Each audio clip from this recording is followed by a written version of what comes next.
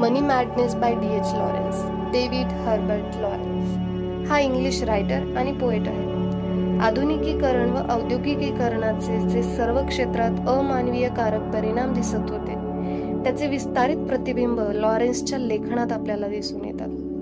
लॉरेन्सचं famous work आहे sons and lovers, the rainbow, women in love etcetera. आधुनिक काळात पैशाचं महत्त्व खूप वाढत चाललेलं होतं आणि त्यामुळे व्यक्तीचं मूल्य किंवा व्यक्तीचं महत्त्व हे त्याच्याकडे असलेल्या संपत्तीवर आधारित किंवा त्याच्याकडे असलेल्या पैशांवर आधारित ठरवलं जात होतं. औद्योगिकीकरणामुळे समाजात होत चाललेल्या या एकूण बदलांचं चित्र आपल्याला लॉरेन्सच्या कवितेत आढळतं. तर लॉरेन्स म्हणतो, पैसा हा आपला वेडेपणा आहे, आपल्या सर्वांचा प्रचंड मोठा वेडेपणा आहे. आणि नक्कीच लोकांचा समुदाय जर वेडा असेल तर प्रत्येक व्यक्ती त्यात आपल्या वेडेपणाचा गुण ओतत असते. म्हणजे जर टोपलीत सगळे चांगले आंबे असतील आणि त्यात आपण जर एक खराब झालेला आंबा टाकला तर तो खराब झालेला आंबा इतर आंब्यांना सुद्धा खराब करतो. तसंच एका माणसाचा पैशासाठीचा वेडेपणा हा इतर माणसांच्या मनात सुद्धा तो उत्साह जागा करतो पैसे कमविण्याचा वगैरे. लॉरेन्सने ही कविता औद्योगिकीकरणाच्या काळात लिहिली आणि त्यामुळे आजूबाजूच्या वातावरणाचा परिणाम कवितेत दिसून येतो आहे. औद्योगिकीकरणामुळे उद्योगधंदे सुरू झाले आणि प्रत्येक जण पैसा कमविण्याकडे धावायला लागला आणि हळूहळू लोकांना माणुसकीचा विसर पडत गेला. असा हा पैशाचा वेडेपणा प्रत्येक जण दाखवत निघाला. पुढे तो म्हणतो, मला शंका येते की एखादा माणूस 1 पाऊंड कुणाला देईल आणि त्याला कसलीही वेदना होणार नाही. पाऊंड ही एक करन्सी आहे, म्हणजे चलन आहे, जसं आपल्याकडे रुपया हे चलन आहे.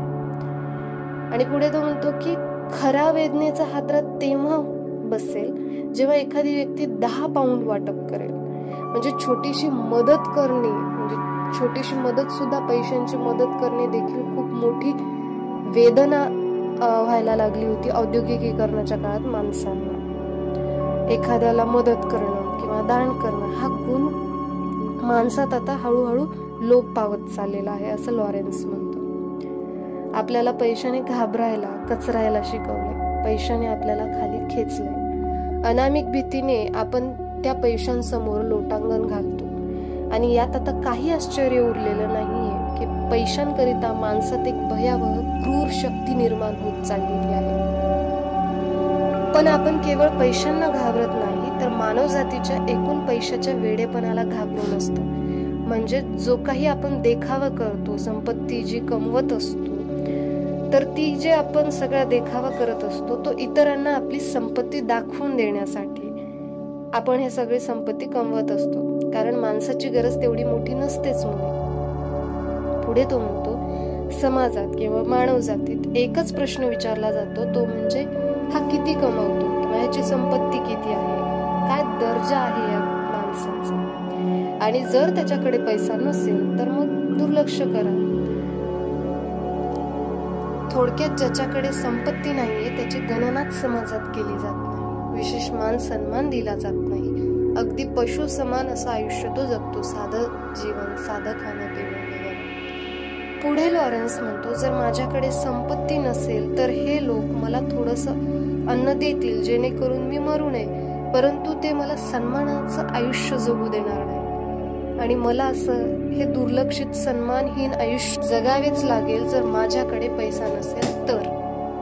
आणि यामुळेच मी भयभीत झालोय आणि या भयामुळेच माझ्यात एक उत्तेजना निर्माण होऊ शकते.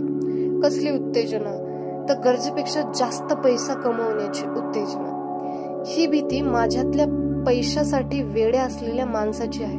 मगाशी मी तुम्हाला उदाहरण दिलं होतं की सगळ्या चांगल्या आंब्यांच्या टोपलीत एक जर खराब आंबा टाकला तर तो सगळ्यांना खराब करतो. तसं हे जे आजूबाजूचं वातावरण होत चाललंय औद्योगिकीकरणामुळे किंवा आधुनिकीकरणामुळे म्हणा, की प्रत्येकाला पैसा कमवावा असं वाटतंय, पैशामुळे आयुष्य खूप चांगल्या दर्जाचं जगता येतं, हे जे भावना तयार होती ती हळूहळू जी माणसं चांगली होती, जी गरजेपुरता पैसा कमवत होती आणि आपलं आयुष्य जगत, त्यांच्यामध्ये सुद्धा उत्तेजना निर्माण करते की गरजेपेक्षा खूप जास्त पैसा कमवायला हवा आणि दर्जेदार आयुष्य जगायला हवं असं. लॉरेन्स म्हणतो की माझ्यातही ती जी भीती आहे की जर माझ्याकडे फक्त गरजेपुरता पैसा असेल तर मी इतरांसारखं खूप चांगलं आयुष्य नाही जगू शकणार, त्याच्यासाठी मला खूप पैसा कमवावा लागेल. तर त्याला हीच भीती आहे की कुठे मीही तसा होऊन जाणार नाही.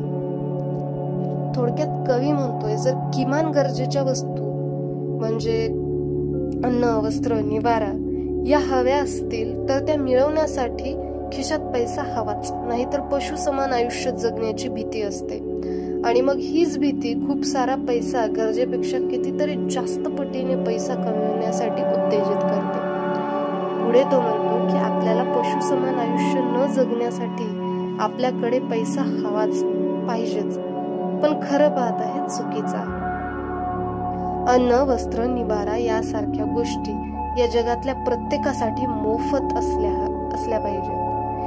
तिथे फायर शुड बी फ्री असे एक वाक्य आहे, कारण लॉरेन्सनी जी कविता लिहिली तो बाहेर देशात थंड प्रदेशात राहतो, तर तिथे शरीराला ऊब मिळण्यासाठी शेकोटी घरात लावलेली असते आणि जर ती नसेल तर बहुतांश इतकी थंडी असते तिथे की शक्यतो जीव जाऊ शकतो. त्यामुळे तिथे आहे की फायर शुड बी फ्री. ठीक आहे. तर पुढे म्हणतो की आपण सर्वांनी आपल्या पैशाविषयीचा शहाणपणा जागवला पाहिजे, म्हणजेच माणुसकी आपल्यातली जागवली पाहिजे. पैशांमुळे आपण एकमेकांच्या जीवावर उठण्या अगोदरच आपला तो समजूतदारपणा जागा व्हायला हवा. थोडक्यात पैशामुळे किंवा वाढत चाललेल्या औद्योगिकीकरणामुळे, आधुनिकीकरणामुळे हळूहळू लोक पैशांकडे धावत चालले आहेत, भौतिक गोष्टींकडे आकृष्ट होत चालले आहेत. तर लॉरेन्स म्हणतो की लोक इतके पैशांकडे आकृष्ट व्हायला लागलेत की माणुसकीची जी त्यांच्यातली भावना आहे ती हळूहळू लोप पावत चालली. तर तो जो आपला समजूतदारपणा आहे तो आपण परत आणायला हवा, विसरायला नको आणि पैसा हा गरजेपुरताच कमवायला हवा. पैशाचा वेडेपणा आपल्यात असू नये, हेच लॉरेन्सच्या या कवितेचा अर्थ आहे. थँक्यू.